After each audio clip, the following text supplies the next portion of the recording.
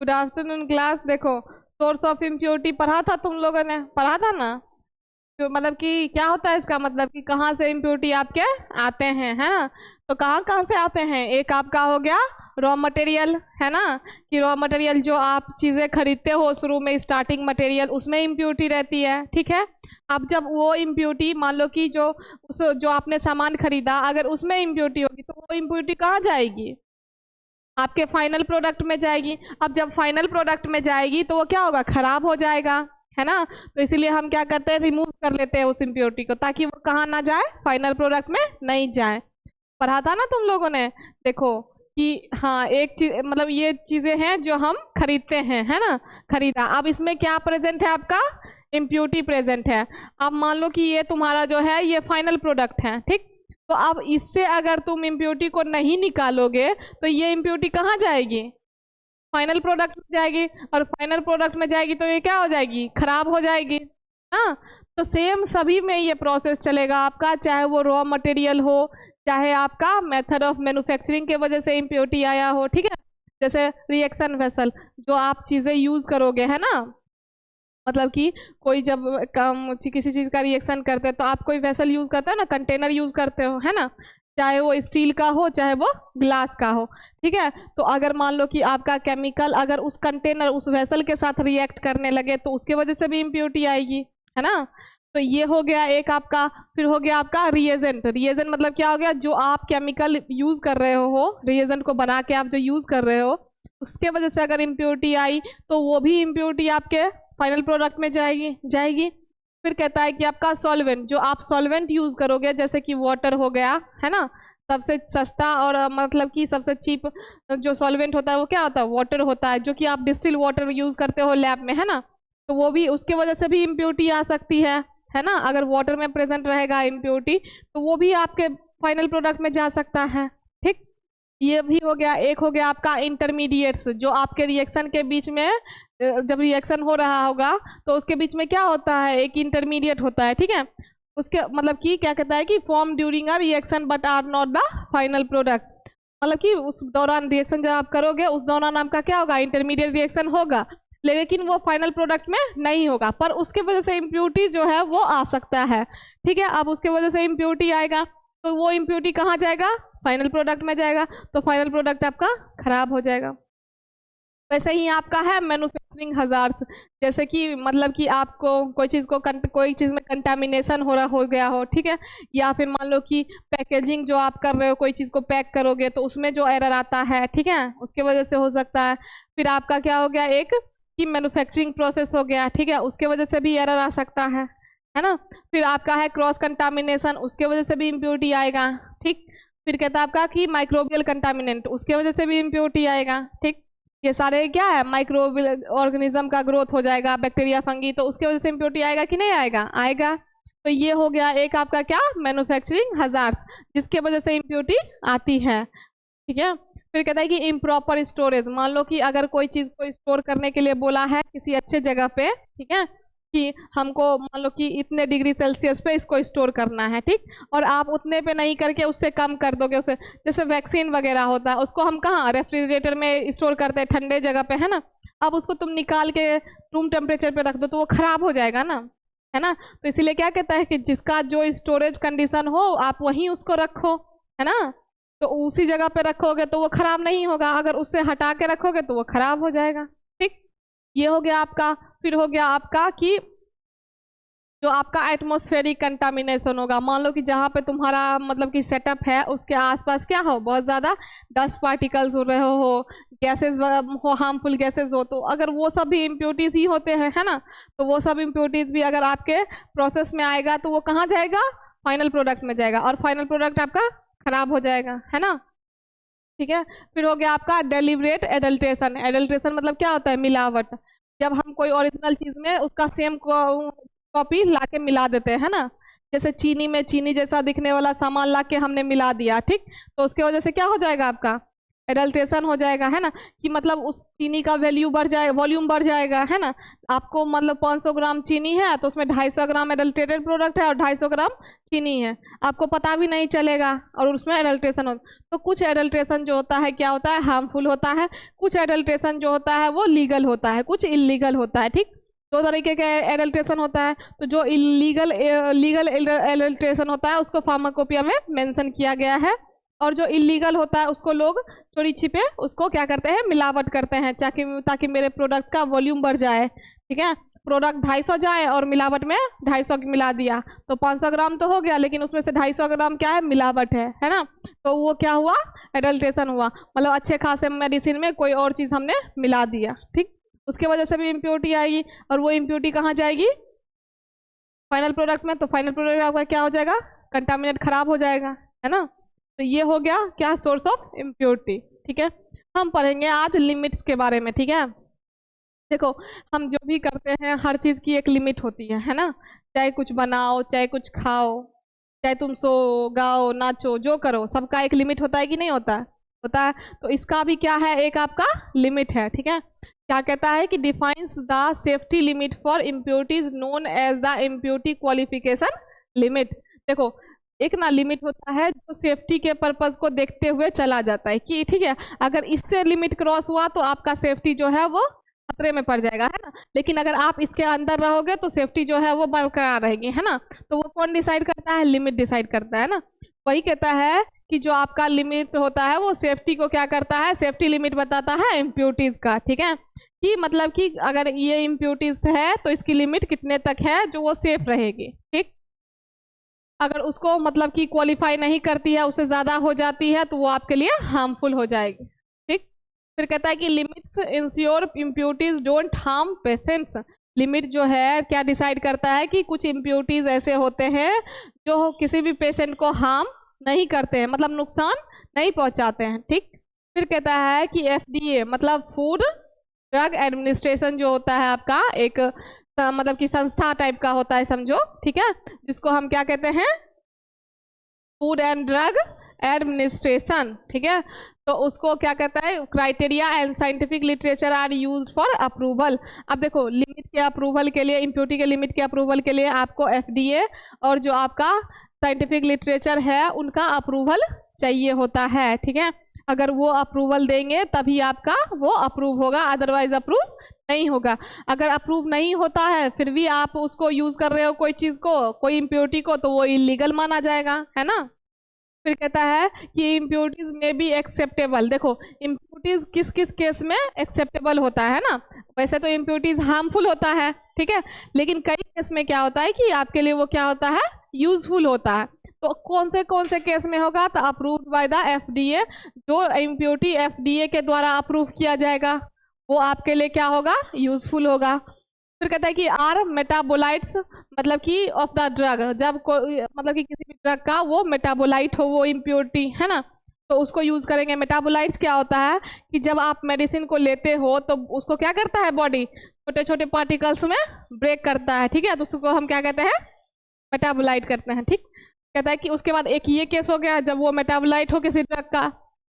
ठीक, फिर कहता है आपका जस्टिफाइड बाय साइंटिफिक लिटरेचर, मतलब साइंटिफिक लिटरेचर के द्वारा उसको जस्टिफाई किया गया हो कि हाँ ये इम्प्योरिटी जो है वो सही है। ठीक है, फिर कहता है don't exceeds limits from in vitro genotoxicity studies. क्या कहता है कि जो इन विट्रो जीनोटॉक्सिसिटी स्टडीज है उसको क्रॉस नहीं करना चाहिए।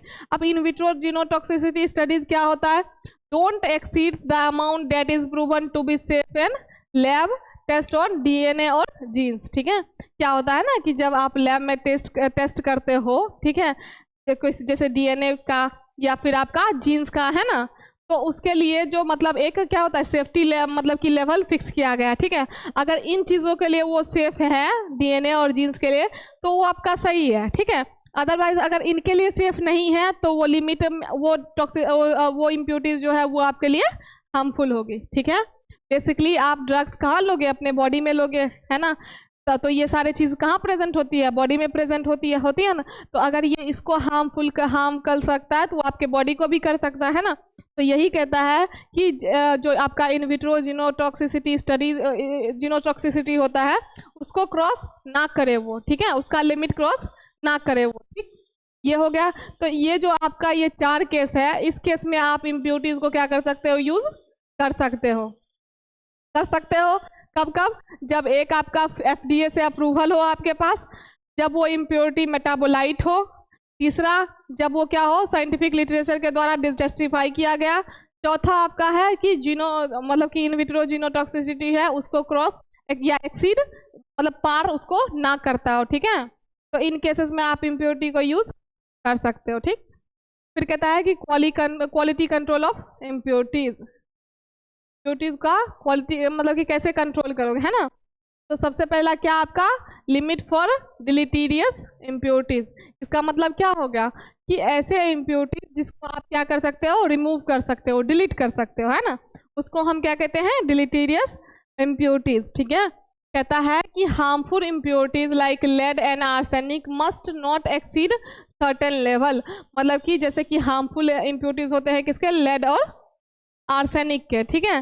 तो ये जो इम्प्योरिटी होता है वो सबसे ज़्यादा क्या होता है आपका, हार्मफुल इम्प्योरिटी होता है। तो उसका जो एक लेवल फिक्स किया गया है इम्प्योरिटी के लिए, तो उसको अगर वो क्या करेगा, क्रॉस करेगा, तो वो क्या हो जाएगा आपके लिए, हार्मफुल हो जाएगा, है ना। अब मान लो कि जैसे तुम्हारा क्या है, 15 ग्राम अगर तुम लेड लेते हो तो ये क्या है तुम्हारे लिए, सेफ है। मतलब एक केस मान के चलो, ठीक है, कि 15 ग्राम जो आपका लेड है या आर्सेनिक है वो सेफ है ना। लेकिन अगर आप 15 ग्राम के बजाय 20 ग्राम आप ले रहे हो तो ये आपके लिए क्या है, अनसेफ है, क्योंकि 15 ग्राम को ही मेंशन किया गया है कि 15 ग्राम ही आपका बॉडी ले सकता है, उससे ज़्यादा आपका बॉडी नहीं ले सकता है, ठीक है, समझ गए। तो यही कहता है। उसके बाद कहता है कि these limits are defined in pharmacopoeia. अब जो ये लिमिट है वो कहाँ आपका मेंशन होगा, फार्माकोपिया।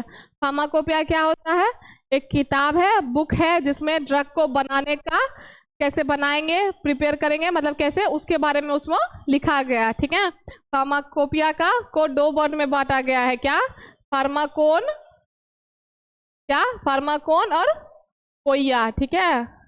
फार्माकोन मतलब क्या होता है, ड्रग होता है, और पोइया मीन्स टू मेक होता है, ठीक है। मतलब कोई भी ड्रग को बनाने का जो तरीका होता है वो इस बुक में लिखा होता है आपका, ठीक है, फार्माकोपिया में, ठीक। के बाद कहते हैं कि substance are tested to ensure the amount of such impurity is within acceptable limits. क्या कहता है आपका कि जो सब्सटेंस होते हैं उनको टेस्ट किया जाता है कि जो आपका मतलब कि इम्प्योरिटीज प्रेजेंट है वो लिमिट में है या नहीं है। इस चीज़ को इंश्योर करने के लिए हम क्या करते हैं, टेस्ट करते हैं, ठीक है। फिर कहता है लिमिट्स फॉर हार्मलेस इम्प्योरिटीज, ठीक है।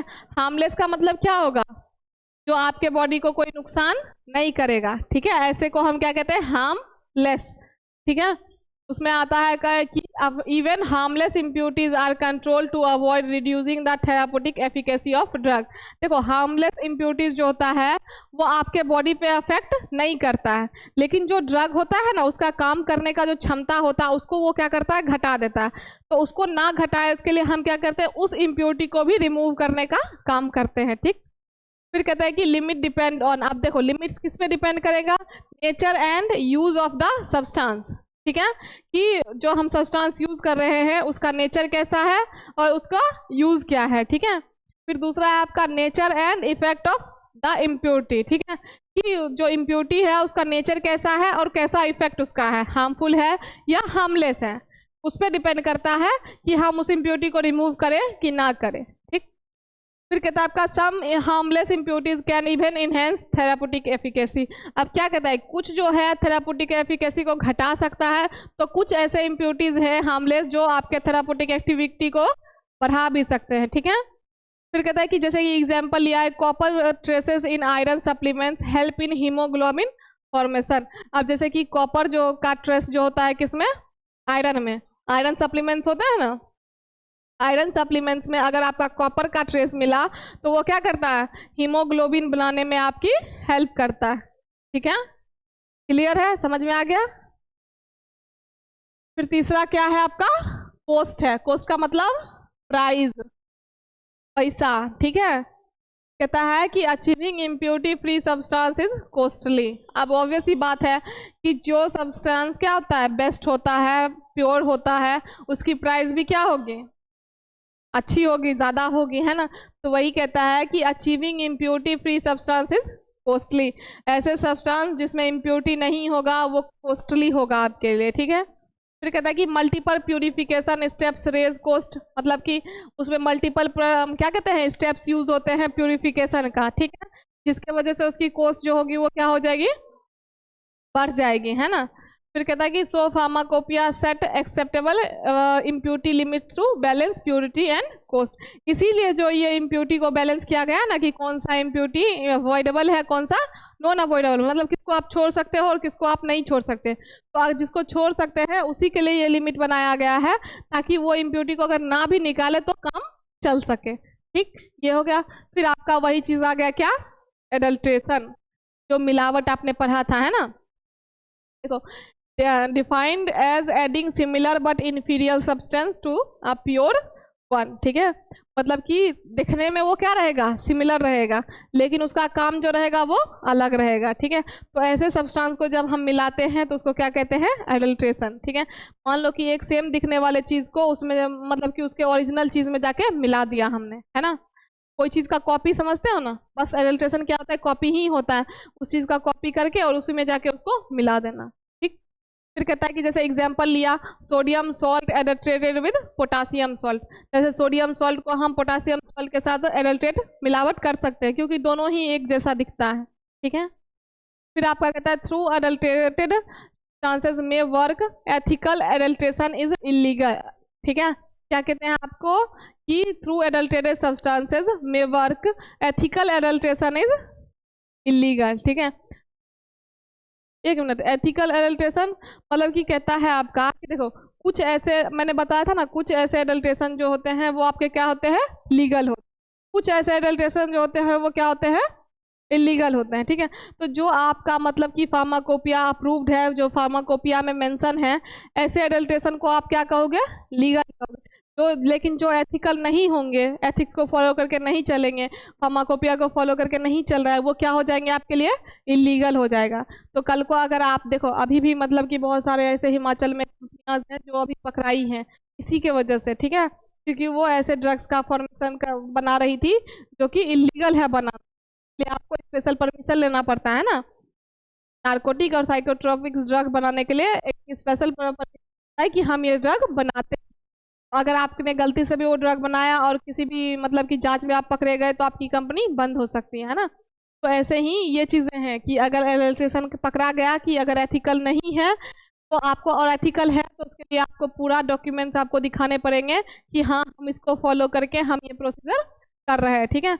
अदरवाइज अगर आप नहीं दिखा पाते हो तो वो इलीगल माना जाएगा, ठीक। फिर कहता है आपका pharmacopoeia specified test and limits for such impurities, वही बात हो गया। फार्माकोपिया ने क्या किया, एक मतलब कि हर इम्प्योरिटी के लिए टेस्ट बनाया है कि जो वो इम्प्योरिटी है वो लिमिट में है या नहीं है। अगर लिमिट क्रॉस करेगी तो आपके लिए वो अच्छा नहीं है।